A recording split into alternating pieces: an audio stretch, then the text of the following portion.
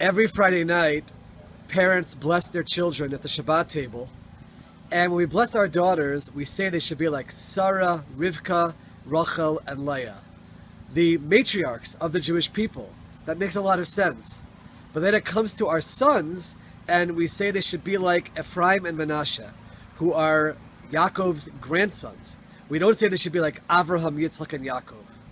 The blessing that our sons should be like Ephraim and Menashe is based on this week's Torah portion, where Yaakov blesses his grandsons.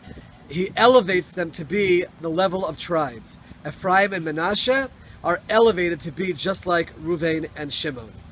So why do we bless our children to be like Ephraim and Menashe? I once heard a beautiful answer to this question. Sarah, Rivka, Rachel, and Leah were all women who grew up in pagan environments.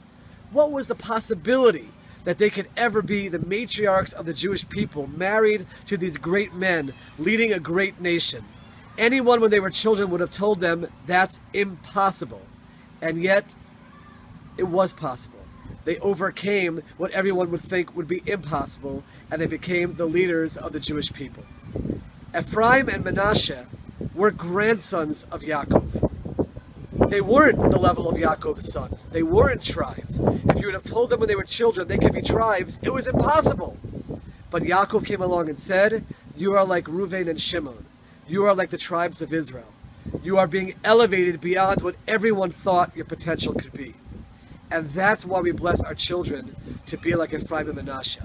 Just like in the case of the matriarchs, it was impossible for the pagan environment where they grew up to end up where they came to. Same too with Ephraim and Menashe.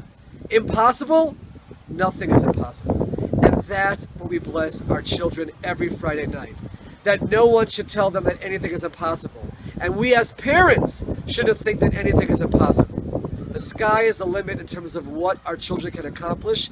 We as parents must believe in that, and we must instill our children with that belief in themselves, and we must pray to God that our children can go beyond any limit which anyone has set for them.